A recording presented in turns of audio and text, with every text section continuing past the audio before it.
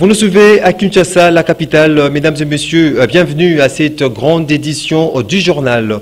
Le chef de l'État, Félix Antoine Tshisekedi Tshilombo, recommande le budget 2023 qui est en cours d'élaboration puisse être significativement axé sur la programmation des dépenses d'investissement dans les secteurs sociaux des bases, notamment la santé, l'éducation et le développement rural, ainsi que le secteur des infrastructures d'intégration nationale. Félix Tshisekedi l'a dit lors de la 64e réunion du Conseil des ministres tenu le vendredi 12 août 2022. Suivez le extrait lu par le porte-parole du gouvernement, Patrick Mouyaya.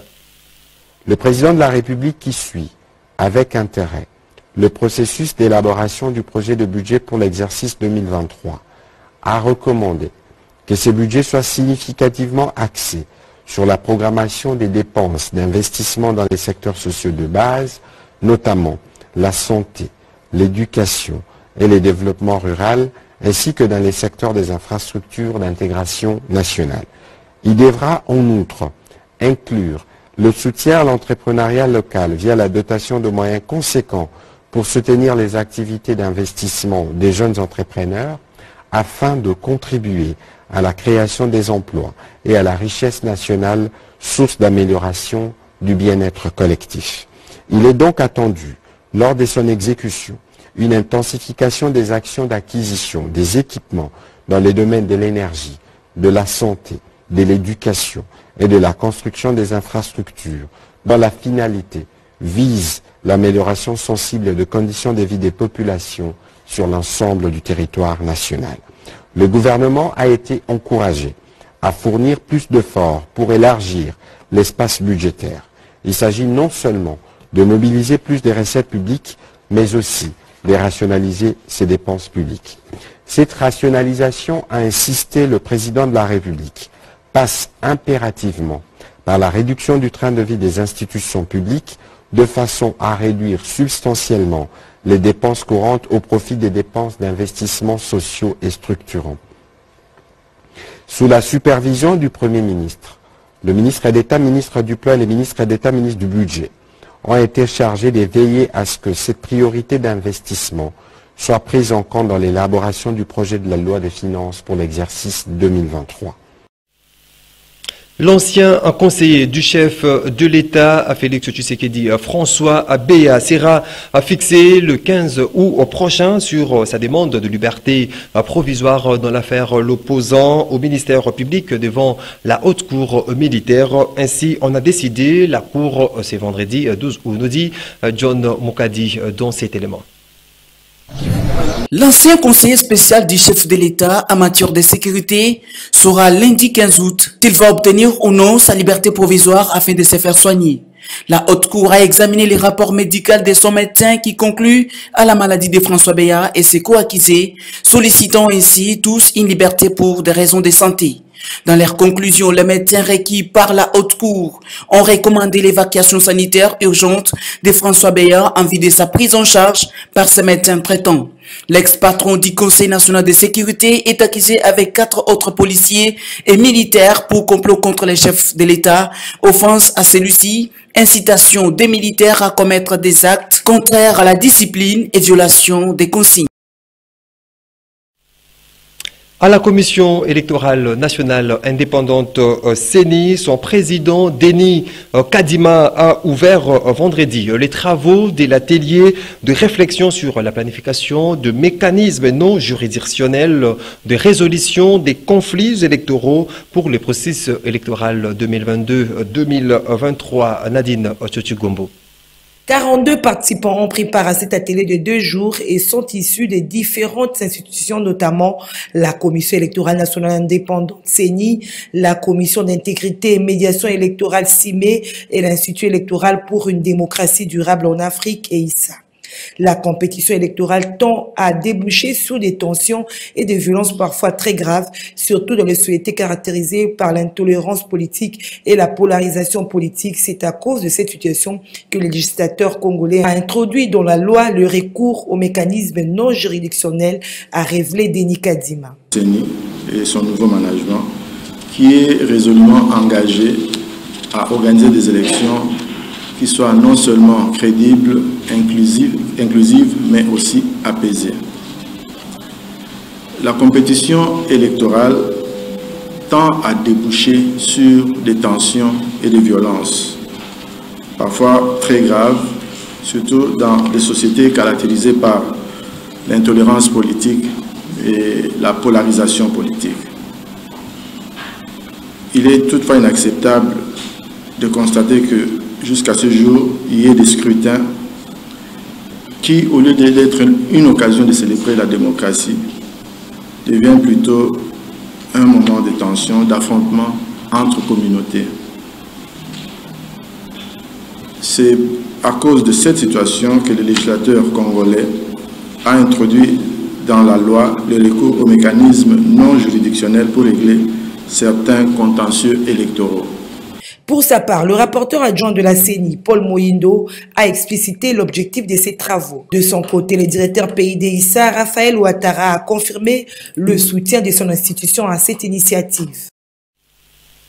Dans un tout autre chapitre, sous l'initiative du président de la Ligue de jeunes de l'UDPS, Amissi Makutano Adolphe, les jeunes de la commune de Ngiringiri ont procédé ce samedi 13 août 2022 à l'assainissement de l'air millier en s'inscrivant dans la politique de Kinshasa à propre. Regardez.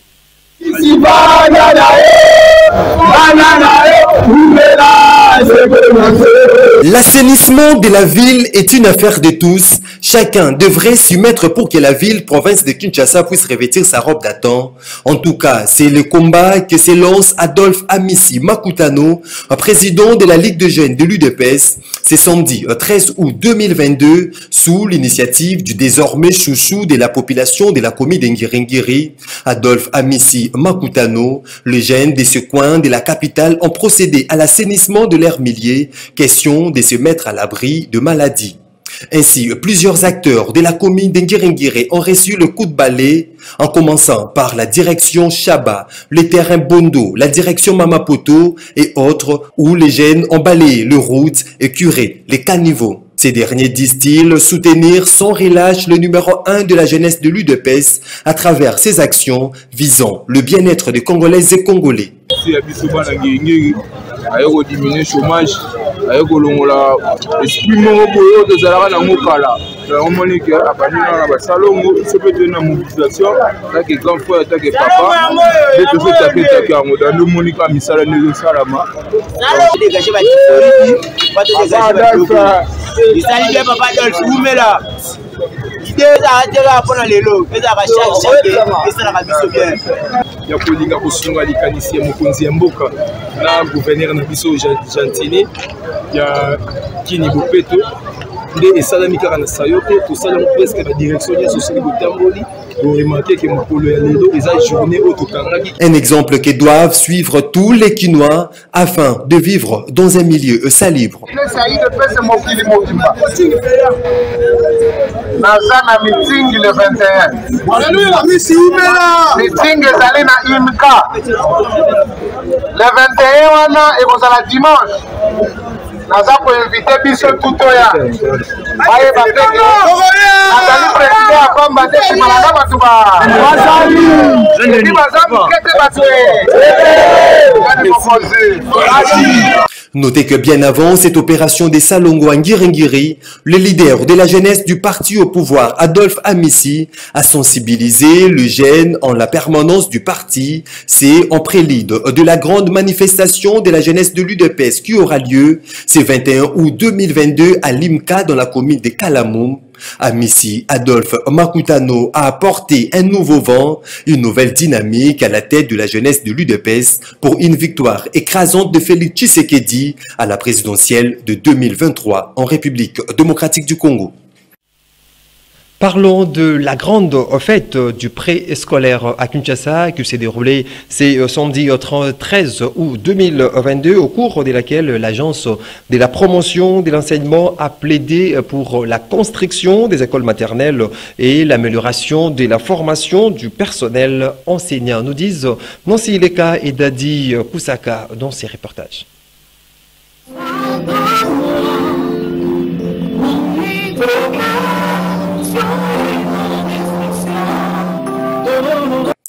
Comme initialement prévu, la première grande fête de l'enseignement préscolaire à Kinshasa a eu lieu ce samedi 13 août 2022 au complexe scolaire Petit Lutin à Kintambo, organisé par l'Agence pour la promotion de l'enseignement APE en collaboration avec le CERNAFOR maternel du ministère de l'EPST. Cette grande célébration ponctuée d'une conférence débat, des expositions, des scénettes, chants exposés sur différents thèmes en rapport avec l'enseignement maternel était une occasion offerte aux acteurs du secteur de l'enseignement préscolaire de souligner l'importance de cet enseignement dans la formation des enfants appelés à devenir des responsables de la société de demain.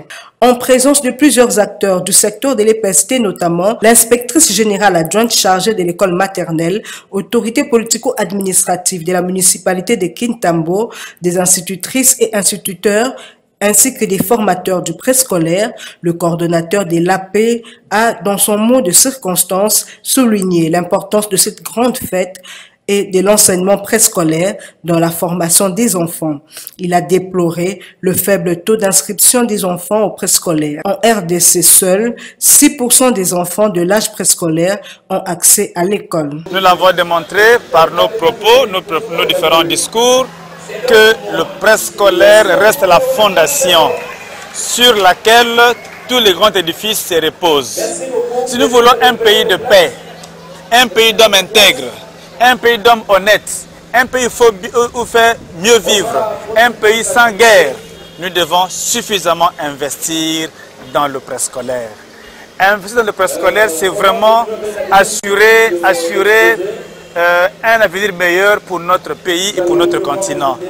Négliger le préscolaire parce qu'on n'a pas d'école, on n'a pas assez d'écoles publiques. Le cas de Kintambo, toute la commune n'a que 2 écoles publiques. Maintenant, en même temps, nous décrions le faible taux d'accès. En même temps, nous n'avons pas d'infrastructure assez importante pour recevoir ces enfants. Lançant officiellement cette grande fête du préscolaire, l'inspectrice générale adjointe en charge de l'école maternelle, Joséphine Mabala, a encouragé les formateurs, les instituteurs et les institutrices du préscolaire à persévérer dans ce travail noble pour la société. Cette grande fête a été marquée par une conférence débat sur la formation préscolaire, la remise des brevets aux éducatrices ayant suivi la formation à l'AP pour la session 2021. Traque de bandits communément appelé Kuluna dans la commune de Makala, la police nationale congolaise a mis la main sur 200 personnes à travers l'opération des ratissages de ces jeunes délinquants qui terrorisent la population de ces coins de la capitale. Gisèle Oteko.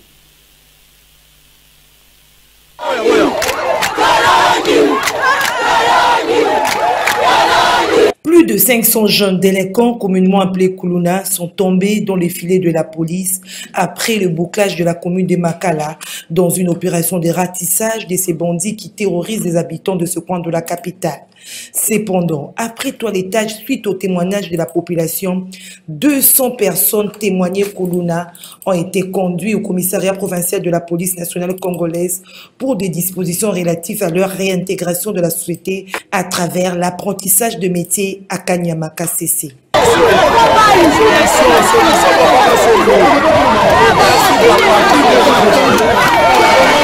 Motif de satisfaction pour la population de Makala, dont l'inquiétude est dérangée par ces bandits opérant avec armes blanches.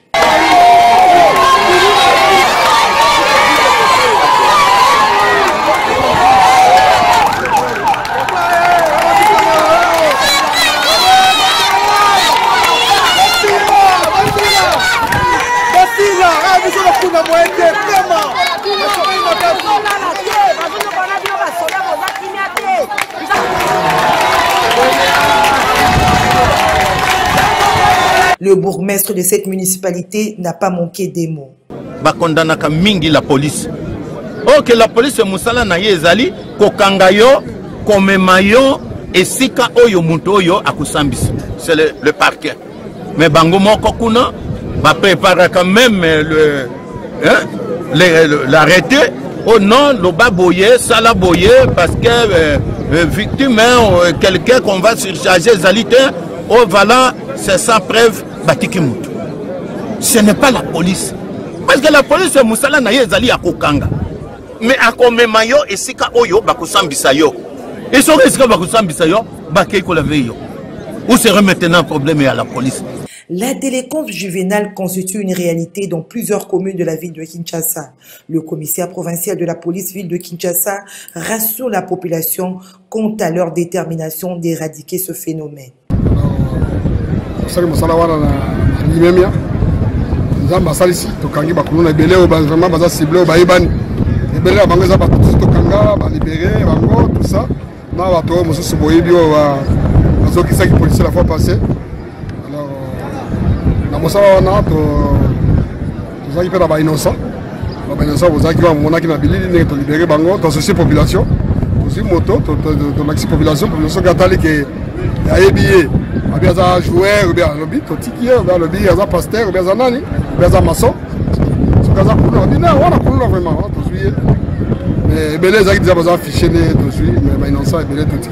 Ces jeunes inciviques, communément appelés Koulouna, attaquent souvent de paisibles citoyens sans motif. Outre des pertes de biens de valeur, certaines personnes sont parfois victimes de coups et blessures. Voilà qui me fin, mesdames et messieurs, à cette grande édition du journal. Merci à vous de l'avoir suivi et très bonne suite de programmes sur Canal Congo en télévision.